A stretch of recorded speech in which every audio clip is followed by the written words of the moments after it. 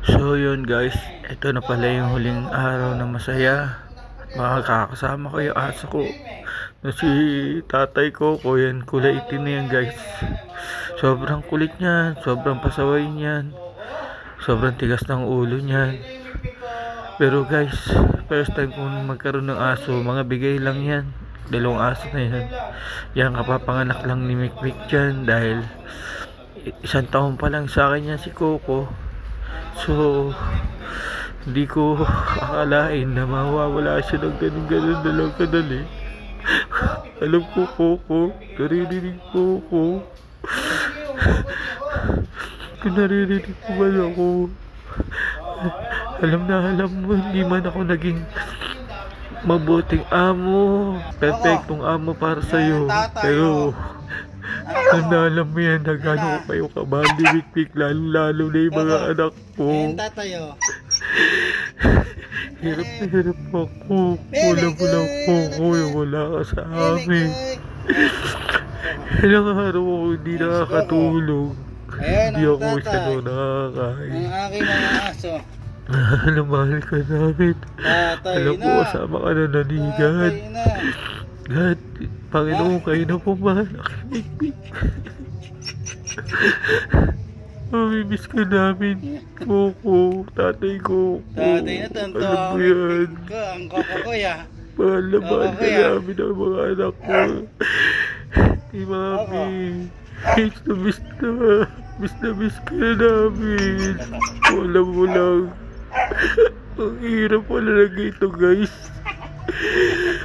Kaya pala wala ka ng mahal sa buhay. Namahala ka pa ng mga alaga mo na katulad niyan. Kahit sobrang kulit, tigas ng ulo, sobrang pasaway, hindi na mawawala sa puso at isip namin. Tatay Coco, kung nasaan ka man, mahal ka namin. Wala mo lang, sobra. Kaya itong video na to, ginawa ko na to para hindi ka namin makalimutan. Miss ka namin, panoodin namin itong video na to. Para sa gayon, buhay na buhay ka sa puso at isip namin. Alam mo lang, tatay Coco. Ayan yung nanay ng mga anak ni tatay Cocos na si Mikmik. Nanay Mikmik, wala na si tatay Coco.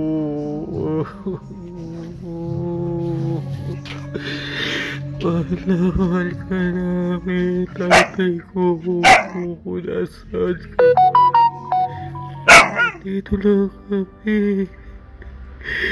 Kaya di ba iniwan mo alaala sa amin ang mga anak mo. Hindi ka namin makakalimutan, tatay Coco. God, kayo na po bahala sa amin. Huwag niyo po kami pahabayaan. Paspasan niyo po kami. Hilayin niyo po kami sa mga panganib, tukso, disgrasya sa kuna. Wala akong kalamidad. Ang panganib naghahabang sa amin. Lalo po kita, tatay ko. I love you.